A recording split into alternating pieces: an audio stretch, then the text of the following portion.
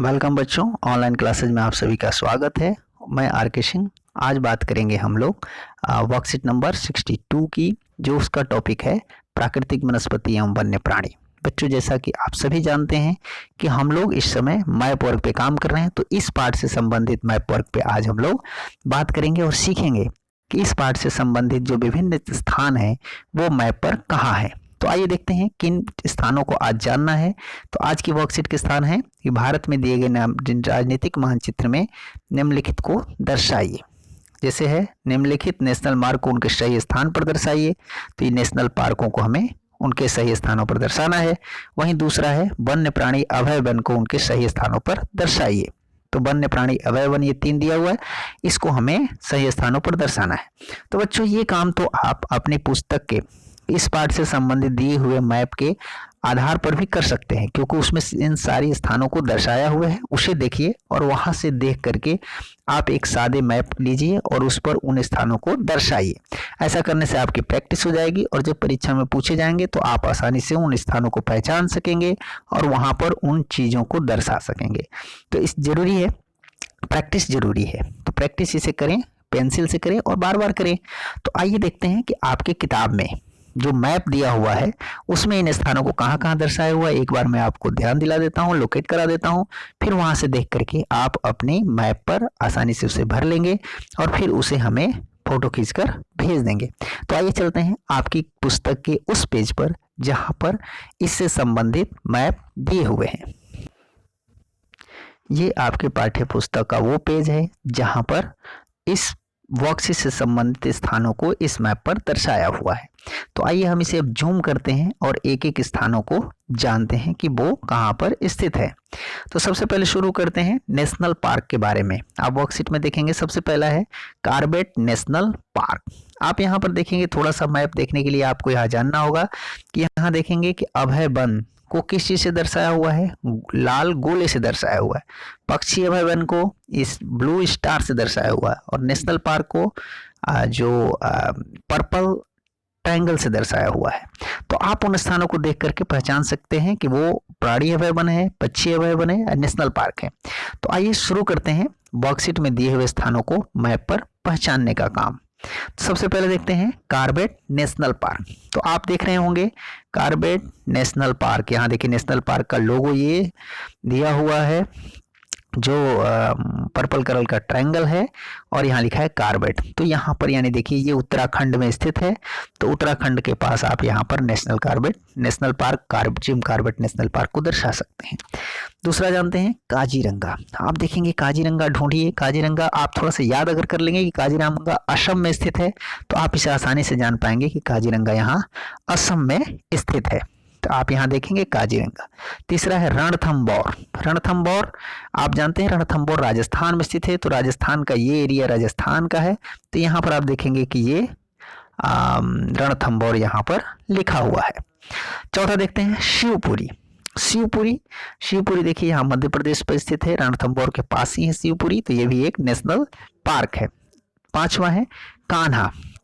कान्हा भी आप जानते हैं मध्य प्रदेश में स्थित है। तो ये देखिए कान्हा यहाँ पर नेशनल पार्क दर्शाया हुआ है।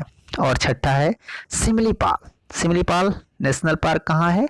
उड़ीसा में। तो देखिए यहाँ पर उड़ीसा में सिमलीपाल नेशनल पार्क लिखा हुआ है। और ये जहाँ ये लोगो बना हुआ है, जहाँ ये स्टार बने हुए हैं, जहाँ ये ट्रायंगल बना हुआ है, यही वो स्थान है। लिखने के लिए जगह लिया हुआ है। ठीक है। सातवां देखते हैं मानस। मानस भी अगर आप जानते हैं कि ये असम में स्थित है तो आप भी ये देख सकते हैं कि ये मानस नेशनल पार्क यहाँ पर स्थित दर्शाया हुआ है। इसके बाद चलते हैं दाचीगाम।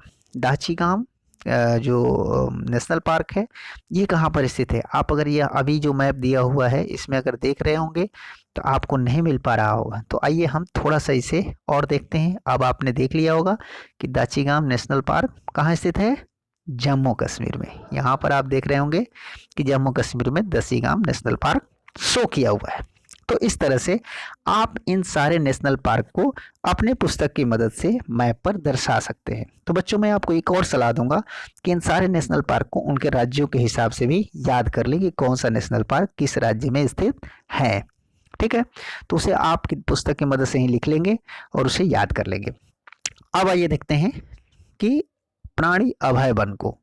3 प्राणी अभय वन इसमें दिए हुए हैं और इन 3 प्राणी अभय वन को हमें पहचानना है कि वो कहाँ पर स्थित हैं। तो चलिए हम देखते हैं कि आज के जो दिए हुए प्राणी वन्य अभय वन वो कहाँ स्थित है। तो यहाँ देखेंगे आप प्राणी अभय वन को ये रेड कलर के सर्कल से दर्शाया हुआ है। तो आइए देखते हैं कि प्राणी अभय वन जो दिया हुआ है, सबसे पहला नाम है सरिस्का।